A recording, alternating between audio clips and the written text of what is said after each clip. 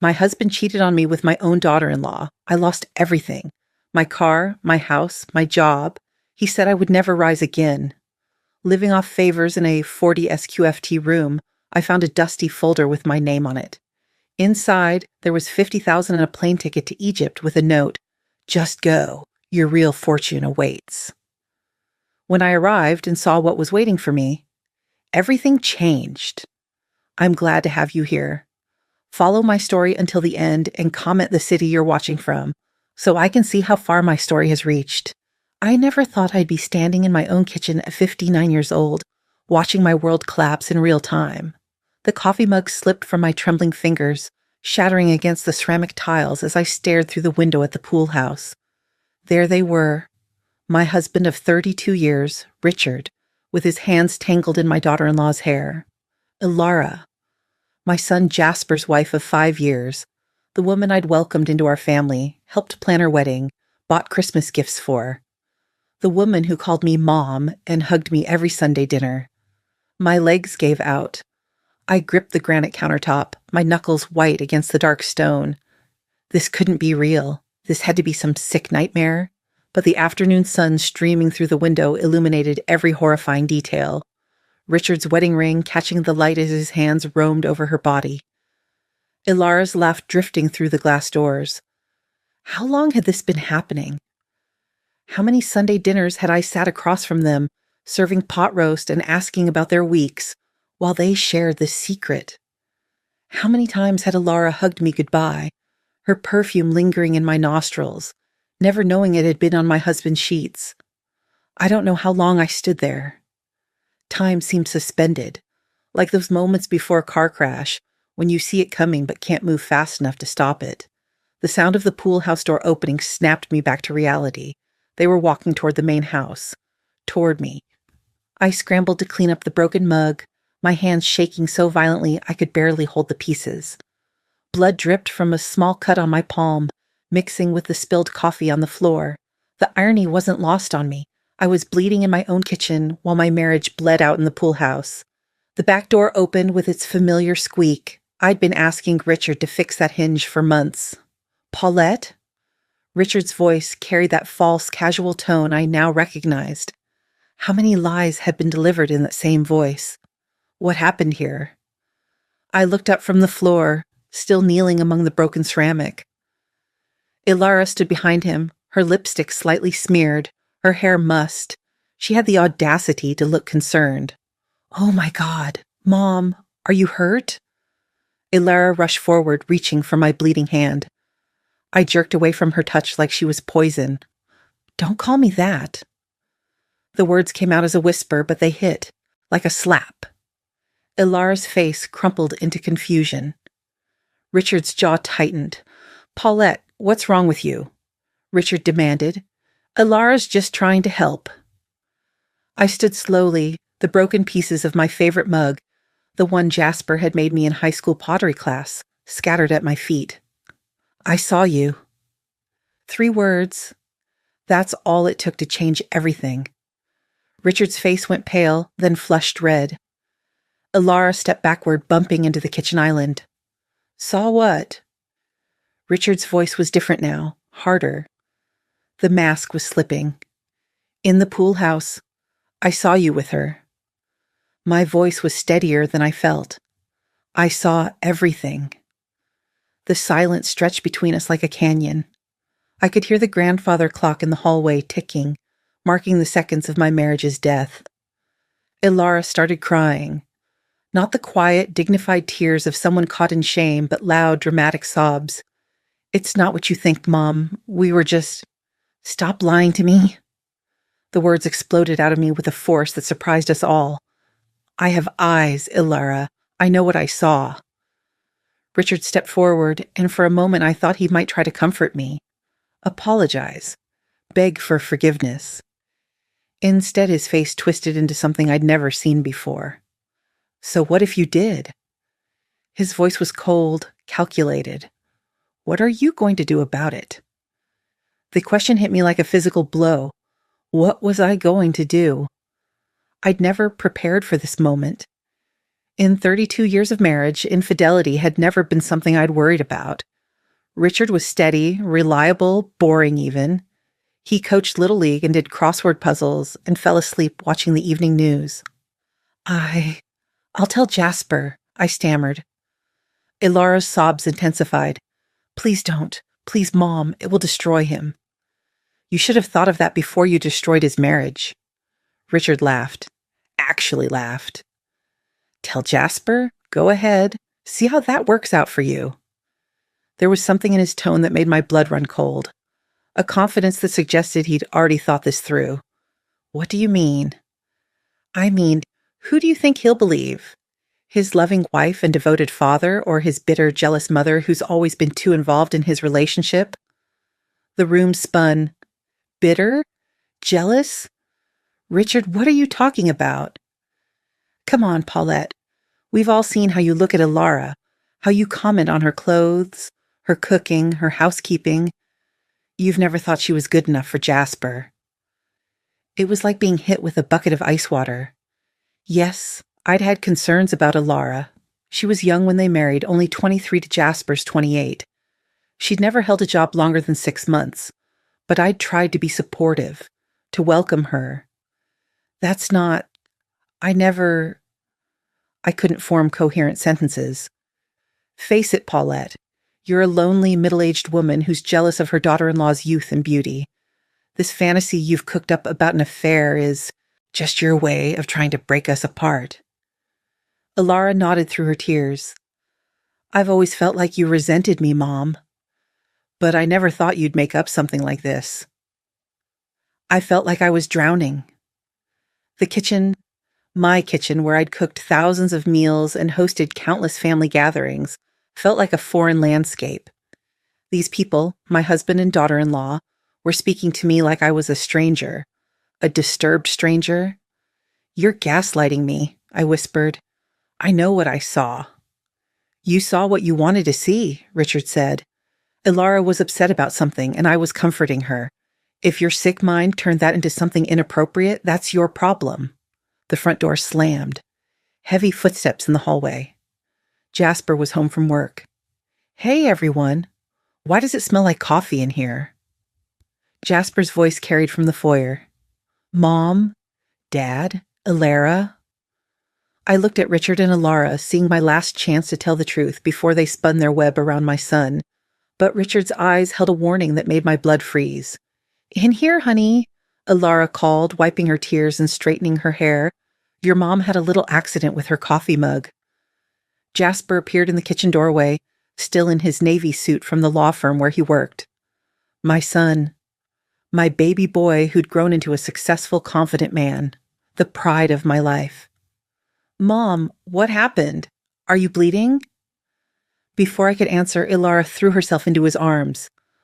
Oh, Jasper, I'm so worried about your mom. She's been acting so strange lately.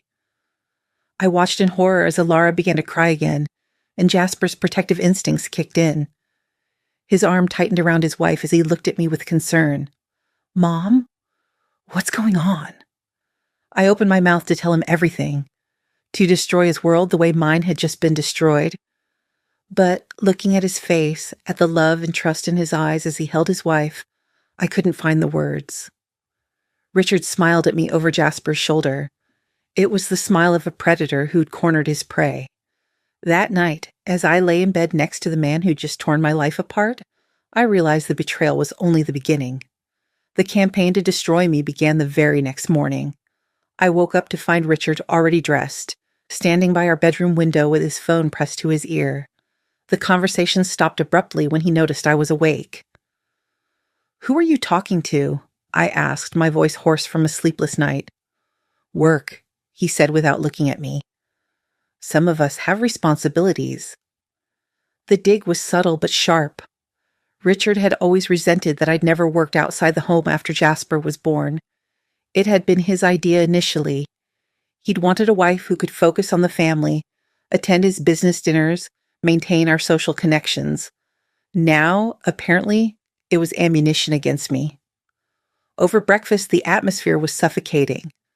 Richard read his newspaper in pointed silence while I picked at my toast. When Jasper called to check on me, Alara had clearly expressed her concerns about my mental state. I could hear the worry in his voice. "Mom, are you feeling okay? Alara said you seemed really confused yesterday." "I'm fine, sweetheart. Just tired." "Maybe you should see Dr. Martinez. Get a checkup. You know, at your age, sometimes stress can cause, episodes." Episodes. My 28-year-old son was suggesting I was having episodes. I wanted to scream that the only episode I'd had was catching his father cheating with his wife, but Richard was watching me from across the kitchen table, his eyes holding that same warning from the night before. "I'll think about it," I said instead. The real blow came 3 days later. I was at the grocery store going through my normal routine when my card was declined. I tried again, thinking it was a machine error. Declined again. "I'm sorry, ma'am," the teenage cashier said, her voice kind but embarrassed for me. "Do you have another card?" My face burned as the line behind me grew restless. I tried our joint credit card. Declined. I fumbled through my wallet for cash, coming up with only $16 for a $73 grocery bill. "I'll just take these items," I said, pointing to a few essentials that would fit my cash budget. The cart full of food I'd planned to make for the family dinner that Sunday remained abandoned. At home, I tried to access our online banking. Password incorrect. I tried the backup account. Access denied. The savings account I thought was untouchable, my inheritance from my mother that I'd put into our joint portfolio, showed a balance of $0. Richard came home that evening with a manila folder and the satisfied expression of someone who'd been planning this moment for a long time. "We need to talk," he said, setting the folder on the kitchen table where just days ago I discovered his betrayal. Inside the folder were divorce papers. Not a rough draft or a discussion starter. Completed official divorce papers with my name already typed in the spaces marked Respondent. "You're filing for divorce?" I asked, though the evidence was right in front of me. "On grounds of mental instability and emotional abuse," Richard said calmly. "Alara is prepared to testify about your increasingly erratic behavior and unfounded accusations. Dr. Martinez has already noted in your medical file your recent complaints about memory issues and paranoia." My blood ran cold. What memory issues? What paranoia? I've never complained about any such thing. "Your visit last month. You told him you'd been feeling confused, forgetting conversations, worried that people were talking about you behind your back." I remembered that appointment. I'd mentioned feeling scattered because I'd been planning Jasper's birthday party and juggling multiple commitments. I joked about feeling paranoid because our neighbor had been giving me strange looks, which we later discovered was because she had a crush on Richard. "You're twisting everything," I whispered. "I'm protecting myself and my family from your deteriorating mental state. This obsession with Alara, these wild accusations about an affair, it's textbook paranoid delusion." The worst part was how reasonable he sounded, how concerned. If I didn't know better, I might believe him myself.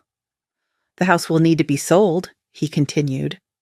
"My lawyer recommends I maintain residence here during the proceedings to establish custodial continuity." Custodial continuity? "Richard, Jasper is 28 years old. Financial custodianship. Given your unstable mental state, it would be irresponsible to leave you with access to substantial assets." That explained the empty bank accounts. Somehow, Richard had moved everything beyond my reach while I was grocery shopping and trying to process the fact that my marriage was over. Where am I supposed to live? That's not my problem anymore. I suggest you contact your sister. My sister lived in Oregon and hadn't spoken to me in 5 years after a disagreement about our mother's funeral arrangements. Even if she would take me in, the thought of crawling to her with this humiliation made my stomach turn. "This is all because I caught you with Alara, isn't it? You can't destroy my life because I witnessed your affair." Richard's mask slipped for just a moment, and I saw the cold calculation underneath. "What affair, Paulette? You keep saying that word, but there were no witnesses to this alleged affair except you. And given your documented mental health issues..." The pieces fell into place. This hadn't been a spontaneous decision triggered by getting caught. This had been planned. The moves with the money, the medical documentation, the legal paperwork. Richard had been setting this up for months, maybe longer. How long? I asked. How long what? How long have you been planning this? How long have you been with Alara? His smile was the cruelest thing I'd ever seen. Long enough to know she's everything you never were. I moved out the next week. Jasper helped me pack, his face a mask of forced cheerfulness that broke my heart. He believed his father's story completely. Every time I tried to explain what had really happened, he'd get that concerned look and change the subject. Mom, maybe this is for the best, he said as we loaded boxes into his car. You and Dad have been growing apart for years. Maybe you'll both be happier now. Jasper, there's something you need to know about Alara and your father. Mom, stop. His voice was sharp, harder than I'd ever heard it. I can't listen to you attack my wife anymore. It's not healthy. Alara appeared in the doorway, her face the picture of innocent concern.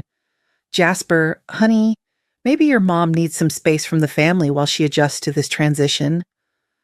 Space from the family. My family. The family I'd devoted 32 years of my life to building and maintaining and nurturing. That might be a good idea, Jasper agreed. Just for a while, Mom. Until you're feeling more like yourself. I wanted to grab him by the shoulders and shake him. I wanted to scream that I was feeling exactly like myself. It was everyone else who had changed. But looking at my son's face, at the way he stood protectively close to his wife, I realized I'd already lost him. The apartment I could afford with the small amount of money Richard's lawyer had grudgingly allocated for temporary spousal support was a studio in the worst part of town. 3,800 square feet reduced to 400. A lifetime of belongings condensed to what would fit in a space the size of my former walk-in closet. The first night there, sitting on a mattress on the floor, because I couldn't afford a bed frame, I stared at the water stain on the ceiling and wondered how my life had imploded so completely in less than 2 weeks. The worst part wasn't the tiny apartment or the empty refrigerator or even the divorce papers. The worst part was the silence. No more phone calls from Jasper asking what I was making for Sunday dinner. No more texts from friends who'd apparently decided Richard's version of events was more believable than mine. I'd become invisible, erased, like I'd never existed at all. That's when I started going through the boxes, looking for anything that might remind me that I used to matter to someone. 3 months into my new reality, I developed a routine that kept me functional, if not exactly living. Wake up at 6 in the morning, instant coffee and whatever was on sale at the dollar store. Job applications until noon, though at 59 with no recent work experience, the rejections came like clockwork. Afternoons were for walking, because walking was free and got me out of the suffocating studio apartment. The walls seemed to close in more each day. 400 square feet wasn't meant for a lifetime of possessions, and I'd been ruthless in my downsizing. Still, boxes lined every available wall space, labeled in my careful handwriting, kitchen items, books, Jasper's childhood, photo albums. I'd been avoiding that last box. Photo albums felt like archaeological evidence of a life that no longer existed. But on this particular gray Tuesday morning, with nowhere to go and nothing to do, I finally pulled it down from the top of my makeshift dresser. The first album was our wedding. Richard looked so young, so earnest in his rented tuxedo. I looked radiant in my mother's altered wedding dress, believing with every fiber of my being that we were starting forever together. The irony was suffocating. Deeper in the box, I found albums from Jasper's childhood. His first steps captured in a series of blurry photos because my hands were shaking with excitement. His kindergarten graduation, where he'd insisted on wearing his Batman cape over his tiny cap and gown.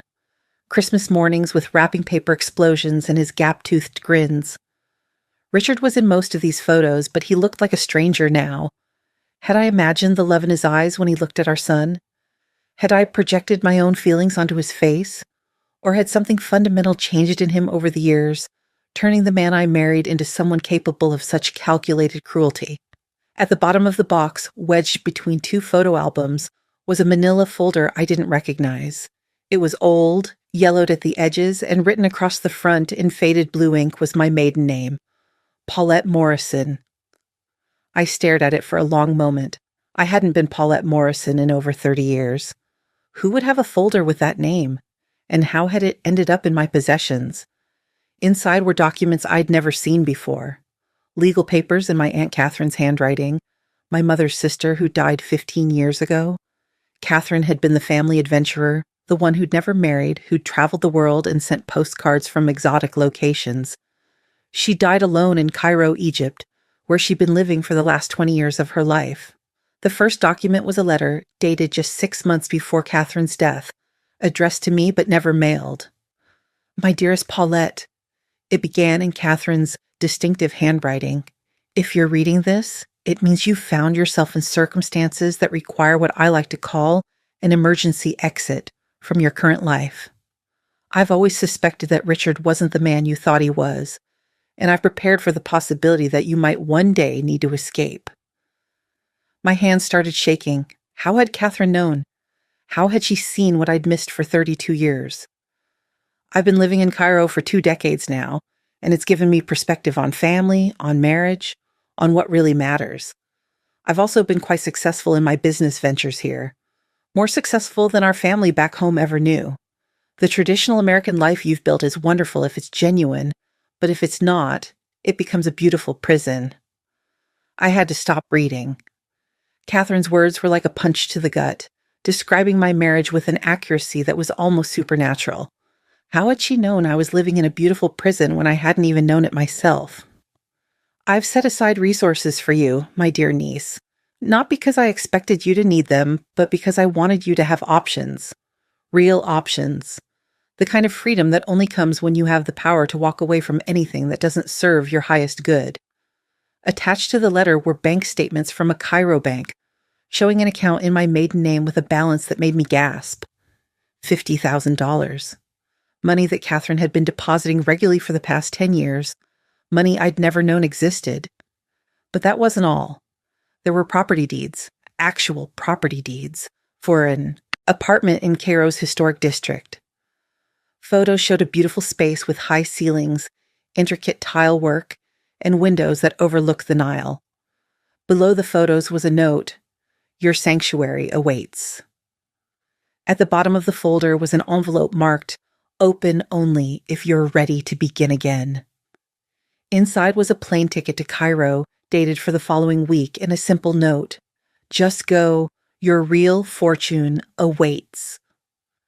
I sat on my mattress on the floor, surrounded by the ruins of my old life, holding what felt like the key to a completely new one. Catherine had somehow predicted my downfall and prepared a way out that Richard couldn't touch, couldn't steal, couldn't manipulate, but it felt impossible. I was 59 years old, broke, emotionally shattered. How could I just fly to Egypt and start over? What about Jasper? What if he needed me? What if he finally realized the truth about his father and came looking for his mother? Then I remembered his last words to me. Maybe you need some space from the family while you adjust to this transition. Space from the family. My own son suggesting I was the problem that needed to be removed from the equation. I picked up my phone and scrolled to Jasper's number. We hadn't spoken in 6 weeks. Our last conversation had ended with him hanging up on me when I tried once more to tell him the truth about Ilara and Richard. I pressed call, my heart hammering against my ribs. "Mom?" He sounded surprised, maybe even annoyed. "Is everything okay?" "I wanted to hear your voice," I said, trying to keep the emotion out of my tone. "How are you? How's work?" "Fine. Everything's fine. Look, Mom, I'm actually in a meeting. Can I call you back later?" It was 7 in the evening. What kind of meeting happened at 7 in the evening? "Of course, sweetheart, I love you." A pause. "Love you too, Mom." But his voice was distant, distracted, like I was an obligation he needed to check off his list. He didn't call back. That night I lay on my mattress staring at the plane ticket. The departure date was in 5 days. 5 days to decide whether to stay in the studio apartment, drowning in my old life's wreckage, or take Catherine's gift and discover what my real fortune might be. I thought about Richard, probably sleeping comfortably in our old bed next to Ilara. I thought about Jasper, convinced that his mother was mentally unstable and his father was protecting the family from my delusions. I thought about the friends who'd believed Richard's story without even asking for mine. I thought about the job applications that would never be answered, because who wants to hire a 59-year-old woman with no recent experience and a messy divorce?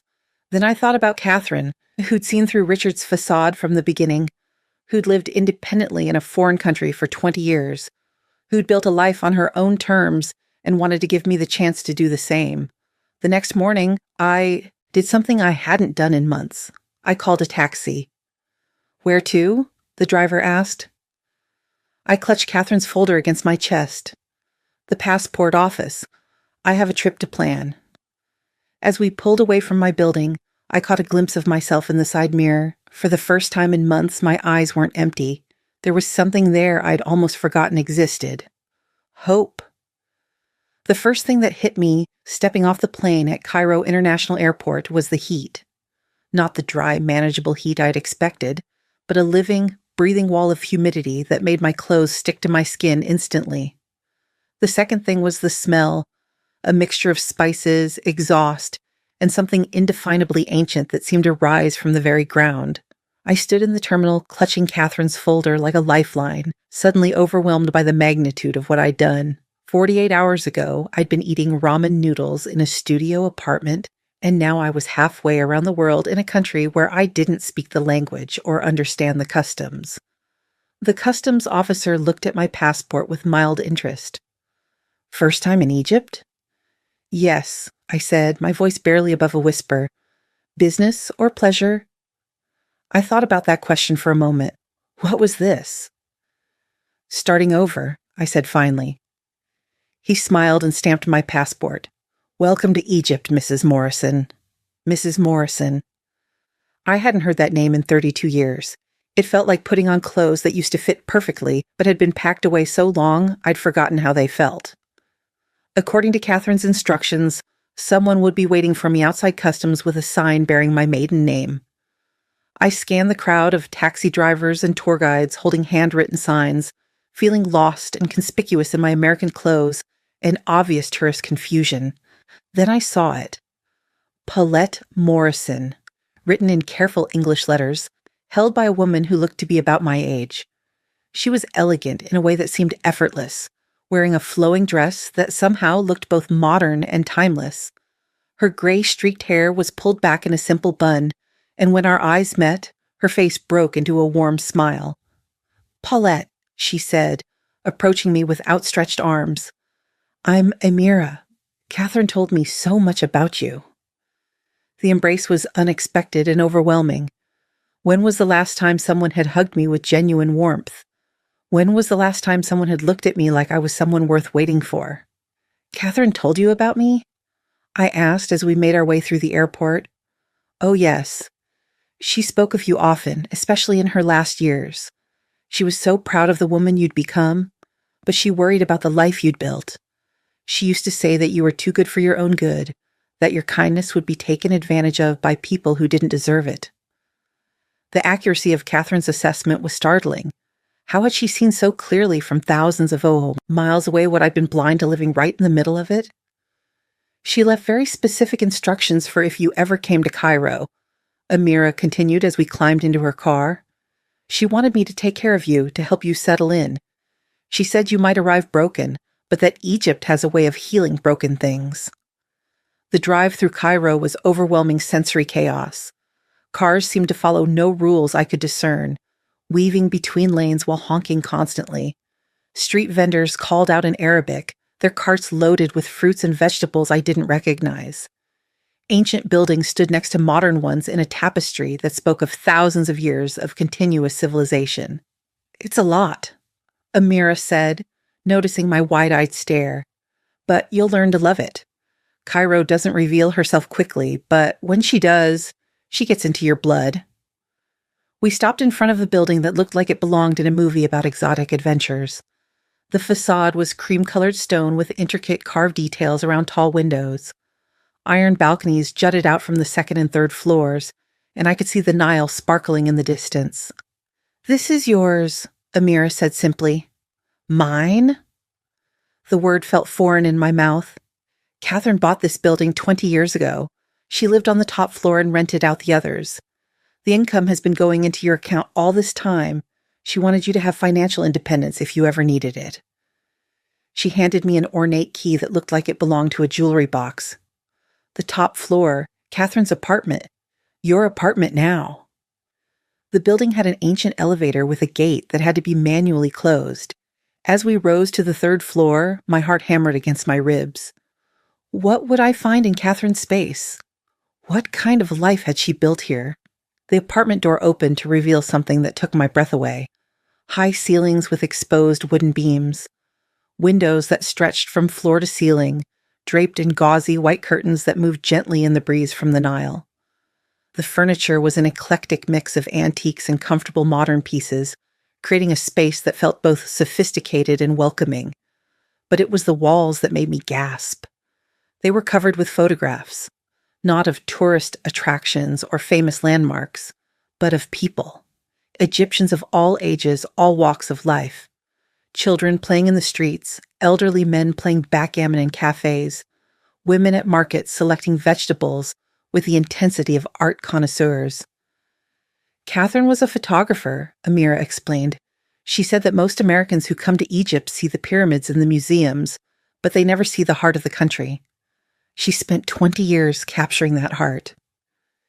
In the bedroom, on the nightstand next to a bed covered in rich fabrics, was another letter with my name on it. "Welcome home, my dear Paulette," it began. "If you're reading this, it means you found the courage to leave a life that wasn't serving you and step into the unknown. I'm proud of you for that courage. It's something I didn't find until I was 63 years old." The letter went on to explain practical details. The building manager, Hassan, who lived on the first floor, the bank where my account was waiting, the photography studio space Catherine had set up in the building's basement, complete with darkroom equipment and years' worth of supplies. But most importantly, the letter continued, "I want you to know that this isn't charity or pity. This is investment in a woman I always believed was capable of extraordinary things. You just needed the right circumstances to discover that for yourself." At the bottom was a postscript that made me cry. Stop trying to earn love from people who aren't capable of giving it. Start giving that love to yourself. That evening, Amira took me to a small restaurant overlooking the Nile. The owner, a man named Omar, greeted her like family and immediately began bringing plates of food I'd never seen before. Tender lamb with spices that seemed to dance on my tongue. Vegetables prepared with combinations of herbs that made them taste like entirely new foods. Bread that was still warm from the oven. "Catherine used to say that you can't properly start a new life on an empty stomach," Amira said, watching me eat with obvious pleasure. How did she know? I asked between bites. How did Catherine know that my marriage was falling apart before I knew it myself? Amira was quiet for a moment, sipping her tea. She recognized the signs because she'd lived them. Catherine was married once, you know, back in America before she came here. Her husband was charming, successful, respected in their community. He was also a master manipulator who slowly convinced her that she was lucky to be married to him, that no one else would want her, that every problem in their relationship was her fault. I set down my fork, suddenly understanding. She left him when she was 63, lost everything, house, friends, social standing. She came to Egypt with nothing but a suitcase and a small inheritance from her mother. She rebuilt her entire life from scratch in a foreign country where she didn't speak the language. And she was happy here? Amira smiled. She was free here. And freedom, she used to say, is just another word for happiness. As we walked back to my building along the Nile, the city lights reflecting on the water like scattered jewels, I felt something I hadn't experienced in months. Peace. Not the absence of problems, but the presence of possibility. "Tomorrow," Amira said as we stood in front of my building, "Hassan will show you around the neighborhood. Help you get oriented, but tonight just rest. Let Egypt begin to work her magic." In my new bedroom, lying in Catherine's bed that was now mine, I called Jasper one last time. It went straight to voicemail. "Hi, sweetheart, it's Mom. I'm calling to let you know that I'm okay. More than okay, actually. I'm starting a new chapter of my life, and I want you to know that I love you. I'll always love you. If you ever want to find me, I'll be here." I gave him Amira's phone number and hung up. For the first time in months, I slept through the night without waking up in a panic about my future. Because for the first time in months, I had one. 6 months in Cairo had transformed me in ways I never could have imagined. The woman who'd fled America broken and desperate was becoming someone I barely recognized. Someone stronger, more confident, more alive. I'd taken up Catherine's photography, spending my mornings walking through the ancient streets capturing the faces and stories of my new home. The afternoon light through my apartment windows had become my favorite time to develop film in Catherine's darkroom. But it was the evenings that brought the most unexpected pleasure. Hassan, the building manager, had introduced me to his extended family network, and somehow I'd become the honorary aunt to what felt like half of Cairo. Children would run up to me in the market calling Tante Paulette, and their mothers would invite me for tea and gossip in a mixture of Arabic and English that had become my new favorite language. I was developing photos from a recent trip to the Khan El Khalili Bazaar when my phone rang. The number was American, but not one I recognized. "Hello? Mrs. Morrison, this is Jennifer Walsh from Walsh & Associates. I'm calling about your property in Sacramento." My blood ran cold. The house? My former house that Richard had been so eager to sell during our divorce proceedings. "What about it?" "We represent the current owners, and they're interested in selling. During the property inspection, we discovered some irregularities with the title that require your signature to resolve. As the previous owner, you have certain rights that need to be addressed." I sat down heavily in Catherine's reading chair. "What kind of irregularities?" "It appears the property was transferred without proper documentation of certain improvements made during your ownership. The buyers are questioning the legitimacy of the sale. This could potentially void their purchase agreement unless we can get proper documentation. The improvements, the renovations I paid for with my mother's inheritance money. The money Richard had claimed was family money during the divorce, but had somehow failed to properly document when he'd sold the house. What would happen if the sale was voided? The property would revert to its previous ownership status. Given the circumstances of the original sale, you might have grounds to reclaim partial ownership. After I hung up, I sat in the growing darkness of my Cairo apartment, watching the sun set over the Nile. Richard had made a mistake. In his eagerness to erase me from his life and cash in on our shared assets, he'd cut corners with the legal paperwork. Now it was coming back to haunt him. I called the lawyer back the next morning. "I want to pursue this," I told her. "Whatever rights I have, I want to exercise them." 3 weeks later, I received a frantic call from Jasper. It was the first time we'd spoken since I'd left the country. "Mom, where are you? Dad says you're causing problems with the house sale. He says you're trying to steal money from them." "I'm in Cairo," I said calmly. "And I'm not stealing anything. I'm reclaiming what was taken from me illegally." "Cairo? What are you doing in Cairo?" For a moment I heard my little boy in his voice, the confusion and worry that used to break my heart when he had nightmares. But I wasn't the same woman who would have dropped everything to rush home and fix his problems. "I'm living, Jasper. Really living for the first time in 30 years. This is crazy, Mom. You can't just run away to Egypt and then try to destroy Dad's life from over there." "Is that what he told you? That I'm trying to destroy his life?" "Aren't you?" The question hung between us across continents and time zones. Was I trying to destroy Richard's life, or was I simply refusing to let him destroy mine completely? Your father sold a house that I helped pay for, using money that belonged to me without properly documenting my contributions. Now the legal system is catching up with his shortcuts. I'm not destroying anything. I'm allowing the truth to surface. "Mom, please. Ilara's pregnant. They can't handle this kind of stress right now."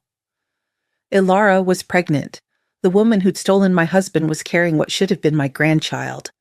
The irony was suffocating. "Congratulations," I managed to say. "You're going to be a wonderful father." "Don't change the subject. Will you drop this house thing?" "Please?"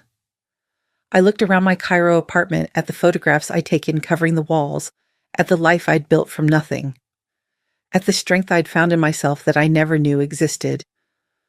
No, Jasper, I won't. The legal proceedings moved slowly but inevitably. Richard had indeed failed to properly document my contributions to the house improvements, and the new buyers were threatening to sue him for misrepresentation. The title company was requiring him to either buy out my interest or face a complete reversal of the sale. I learned all this through my American lawyer, who called with regular updates that I listened to while sipping tea on my balcony, overlooking the Nile. He's trying to negotiate a settlement, she told me during one call. $50,000 to release all claims. What do you think the property is actually worth? With the improvements you funded, your share would be closer to $120,000. Then we wait. Mrs. Morrison, I should tell you that your ex-husband's attorney is suggesting you're doing this out of spite, that you're trying to hurt him because of the divorce. I laughed, surprising myself with how genuine it sounded. Maybe I am. Does that make my claim less legal? Not at all. Legal is legal regardless of motivation. The settlement offers kept coming. $60,000, $75,000. Each time I told my lawyer to decline. Not because I needed the money, Catherine's legacy had made me financially independent, but because Richard needed to learn that his actions had consequences. The final call came on a Thursday evening while I was having dinner with Amira and her family. My phone buzzed with the international ringtone I'd learned to recognize. Mrs. Morrison? It's Jennifer Walsh. He's agreed to the full amount, $120,000. He wants to close this as quickly as possible. I looked around the dinner table at these people who'd become my chosen family. Amira's granddaughter was practicing her English with me, proudly showing off new vocabulary words she'd learned in school. Her son was explaining his plans to expand his spice shop to include a small cafe. This was my life now, full of warmth and possibility and people who valued me for who I was, not what I could provide. Accept it, I told the lawyer. Later that evening, as I sat on my balcony watching the endless flow of the Nile, my phone rang again. This time it was Jasper. Dad had to liquidate part of his retirement account to pay you, he said without preamble. He's 62 years old, Mom. You might have cost him his ability to retire. He cost himself that when he chose to steal from me, I replied. I didn't create the situation, Jasper. I just refused to pretend it didn't happen. So this is who you are now? Someone who hurts people for revenge? I considered his question seriously. Was this revenge? Or was it simply justice? Was there a difference? This is who I've always been underneath, I said finally. Someone who knows her own worth. Your father spent 32 years convincing me I didn't have any value beyond what I could do for him. It took losing everything to remember that wasn't true. I don't understand you anymore. I know, but I understand myself now, and that's enough. After we hung up, I sat in the warm Cairo night air, thinking about the woman I used to be, the one who would have forgiven Richard's theft, who would have signed whatever papers he wanted just to keep the peace, who would have sacrificed her own justice to maintain relationships with people who didn't respect her anyway. That woman was gone. In her place was someone who knew that sometimes the most loving thing you can do for yourself is refuse to accept less than you deserve. The money would arrive in my Cairo account within the week. I already knew what I wanted to do with it. Expand Catherine's photography studio, maybe start teaching workshops for other expatriate women who were rebuilding their lives in Egypt. But the real victory wasn't the money. It was the knowledge that Richard's perfect new life with Ilara had a crack in it now, a crack that reminded him every day that his actions had consequences, that the woman he'd discarded wasn't as powerless as he'd believed. He'd spent months trying to erase me from his story, but some marks can't be erased. Some debts always come due. 2 years had passed since I'd arrived in Cairo with nothing but a mysterious folder and a heart full of broken dreams. Now, standing in the gallery space I'd created on the ground floor of my building, surrounded by my photographs of Egyptian life and the faces of women who'd found strength they never knew they possessed, I barely recognized the woman I used to be. The exhibition was called Invisible Women, portraits of females across Cairo who'd rebuilt their lives after loss, divorce, widowhood, abandonment, betrayal, Each photograph told a story of resilience, and somehow my own story had become woven into the collection without me even realizing it. "This one is my favorite," said Margaret, a British woman in her 60s, who'd become part of our expatriate community after her husband left her for a younger colleague. She was pointing to a photograph of Fatima, a 70-year-old Egyptian grandmother who'd started her own business selling homemade jewelry after her children moved abroad and stopped sending money. "She reminds me of someone," I said, smiling. Fatima reminded me of myself. Not the woman I'd been in America, but the woman I'd discovered I could be when everything familiar was stripped away. The opening reception was more successful than I'd dared hope. Local Egyptians mixed with expatriates, art collectors chatted with curious neighbors, and several pieces had already sold. But the real validation came from the women whose stories I'd captured. They stood proudly next to their portraits, many bringing their families to see how they'd been honored. As the evening wound down, I was cleaning up when Hassan approached me with an unusual expression on his face. "Madame Paulette, there is someone here who says she knows you. An American woman." My heart stopped. Only a handful of people knew where I was, and none of them were planning to visit. I followed Hassan to the entrance where a familiar figure stood silhouetted against the Cairo streetlights. Ilara. She looked different from the confident young woman who'd stolen my husband. Older, obviously pregnant now, but there was something else. A heaviness around her eyes that spoke of disillusionment. "Hello, Paulette," she said quietly. "What are you doing here?" I asked, though I kept my voice neutral. This was my space, my sanctuary, and I wouldn't let her bring drama into it. "I needed to see you, to talk to you." "About what?" She looked around the gallery, taking in the photographs, the evidence of the life I'd built. "About everything." I considered sending her away. 2 years ago, I would have been shattered by her presence, destroyed by the reminder of everything she'd taken from me. But looking at her now, I felt nothing but mild curiosity. "There's a cafe down the street," I said finally. "We can talk there." The cafe was nearly empty at this hour. We sat at a small table overlooking the Nile, the same river that had become my daily meditation, my reminder that some things endure while others pass away. "You look good," Ilara said, and there was genuine surprise in her voice. "Happy." "I am happy." I thought, "Richard said you'd fallen apart after the divorce, that you were barely surviving." I poured tea from the pot the waiter had brought, taking my time with the ritual. "Richard says many things that aren't true. You should know that better than anyone by now." Ilara's face crumpled slightly. "That's why I'm here." I waited. I'd learned patience in Cairo, learned the value of silence in drawing out truth. "He's not who I thought he was," she said finally.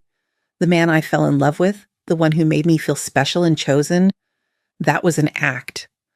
After you left, after the divorce was final, he changed. Or maybe he just stopped pretending. What do you mean?" "He controls everything. Where I go, who I see, what I wear. He monitors my phone, my email. He tells me it's because he loves me, because he wants to protect me, but..." She touched her pregnant belly. "I'm having his baby, and I feel like I'm disappearing." The irony was staggering. Ilara had helped Richard destroy my life, and now she was discovering that the man she'd won was a prize no one should want. "What do you want from me?" I asked. "I want to know how you did it, how you survived losing everything, how you rebuilt." I studied her face, seeing myself from 3 years ago, trapped, confused, wondering if the problems in my relationship were all my fault. But there was a crucial difference. I'd been naive. Ilara had been complicit. "I found out who I was when everything I thought defined me was taken away," I said finally. "I discovered that I was never the problem. I was just the convenient target." "He made me believe you were bitter and jealous, that you were trying to break us up because you couldn't stand to see him happy. And now? Now I think you were trying to warn me." I sipped my tea, remembering those desperate attempts to tell Jasper the truth, the way my words had been twisted into evidence of my mental instability. "What are you going to do?" I asked. I don't know. I'm pregnant. I have no money of my own, no job skills. He made sure I was dependent on him for everything. She looked at me with something approaching desperation. How did you find the courage to leave? The question took me back to that moment in my studio apartment, holding Catherine's plane ticket and choosing the unknown over the familiar misery. I realized that being alone and free was better than being together and imprisoned. But Alara, you have to understand something. I can't save you. You have to save yourself. I know, I needed to see that it was possible, that someone could lose everything and still survive. We sat in silence for a while, watching boats move along the Nile. Finally, Alara spoke again. Jasper doesn't know I'm here. He still believes Richard's version of everything. He thinks you're the villain in this story. The mention of my son still caused a small ache in my chest, but it was manageable now, like a scar that no longer hurts but never quite disappears. Jasper will figure out the truth eventually, I said. Or he won't. Either way, I can't control it. Don't you miss him? Every day. But I've learned the difference between loving someone and enabling their choices. I love my son enough to let him make his own mistakes. Alara pulled out her phone and showed me a recent photo. Jasper at what looked like a family barbecue, his arm around her, Richard beside them both. They looked like the perfect family. Successful, attractive, content. We're not happy, she said quietly. None of us. Richard controls Jasper almost as much as he controls me. He's isolated him from his friends, convinced him that family is the only thing that matters. Jasper can't make a decision without asking Richard's opinion first. I looked at the photo, seeing my son's smile that didn't quite reach his eyes, and felt a deep sadness for the man he'd become. But it was grief for his choices, not guilt for mine. I have to go, Alara said, standing abruptly. He thinks I'm at a doctor's appointment. He times everything. She paused at the cafe entrance, looking back at me one last time. I'm sorry, she said, for everything, for not believing you, for helping him destroy your life. Your apology doesn't change what happened, I said gently, but it might help you figure out what happens next. After she left, I walked back to my gallery alone. The photographs of strong women looked down at me from the walls, reminders of the resilience that exists in all of us when we're brave enough to claim it. My phone buzzed with a text from Amira. How did the opening go? Are you celebrating? I looked around my space, my sanctuary, my proof that it's never too late to become who you were meant to be. Yes, I texted back. I'm celebrating. 6 months later, I received a postcard from Jasper. Not a letter, not a phone call, just a simple postcard with a picture of the Golden Gate Bridge. Mom, I'm in San Francisco. Started my own practice. Would like to visit if you're open to it. Love, Jay. I held the postcard for a long time, feeling the weight of possibility in those few words. Jasper had left Sacramento, left Richard, found his own way. Maybe Alara had found her courage too. Maybe she'd given him permission to see the truth he'd been avoiding, or maybe he'd simply grown tired of living someone else's life. Either way, I wrote back on a postcard featuring the pyramids at sunset. You're always welcome here. This is where broken things come to heal. 3 years after losing everything, I'd gained something far more valuable, the unshakable knowledge of my own worth. I'd learned that sometimes the worst thing that happens to you becomes the doorway to the best thing that was waiting for you. I'd learned that home isn't a place or a person. It's the peace you feel when you're finally living as yourself. And sitting on my balcony that evening, watching the Nile flow toward the Mediterranean, carrying away the day's worries and tomorrow's possibilities, I knew I was finally, completely, gloriously home. Now I'm curious about you who listened to my story. What would you do if you were in my place?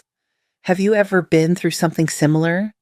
Comment below, and meanwhile, I'm leaving on the final screen 2 other stories that are channel favorites, and they will definitely surprise you. Thank you for watching until here.